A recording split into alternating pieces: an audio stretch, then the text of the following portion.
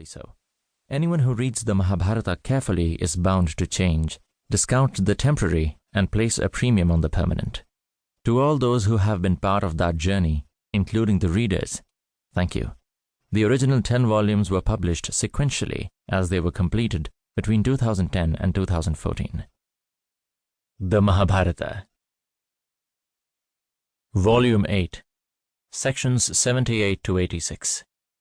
Translated by Bibek Debroy.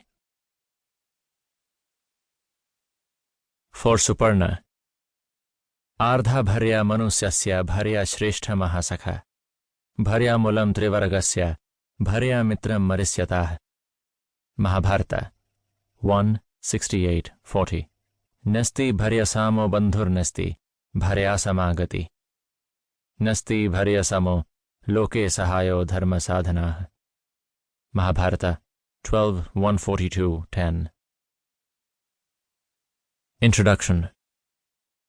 The Hindu tradition has an amazingly large corpus of religious texts spanning Vedas, Vedanta, consisting of Brahmanas, Aranyakas, Upanishads, Vedangas, Smritis, Puranas, Dharmashastras, and Itihasa.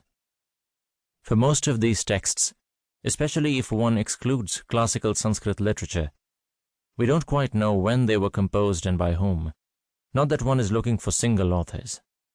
Some of the minor Puranas or Upapurana are of later vintage.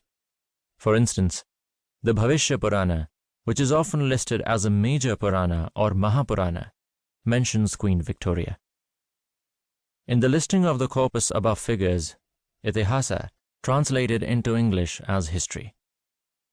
History doesn't entirely capture the nuance of Itihasa, which is better translated as this is indeed what happened. Itihasa isn't myth or fiction. It is a chronicle of what happened. It is a fact.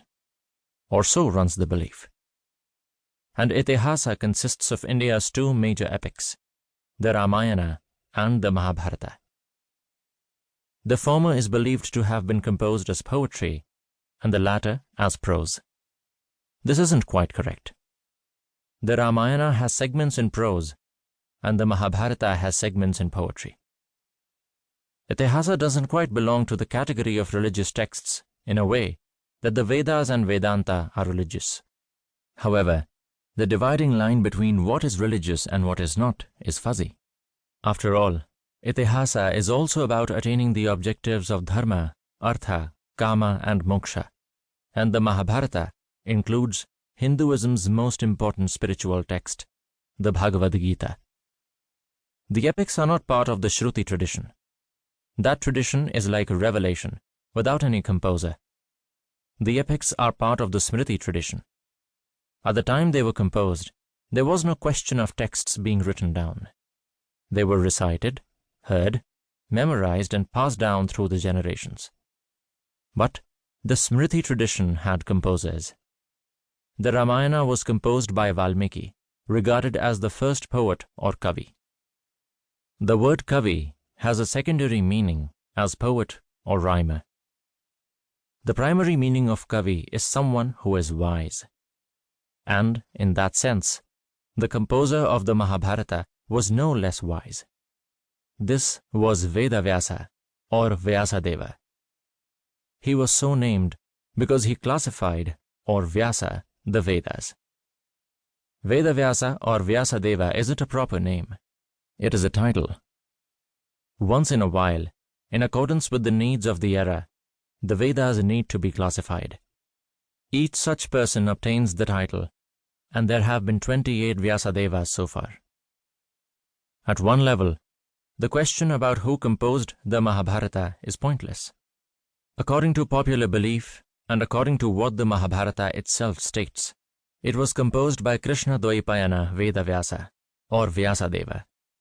But the text was not composed and cast in stone at a single point in time. Multiple authors kept adding layers and embellishing it. Sections just kept getting added, and it is no one's suggestion that Krishna Dvaipayana Vedavyasa composed the text of the Mahabharata as it stands today.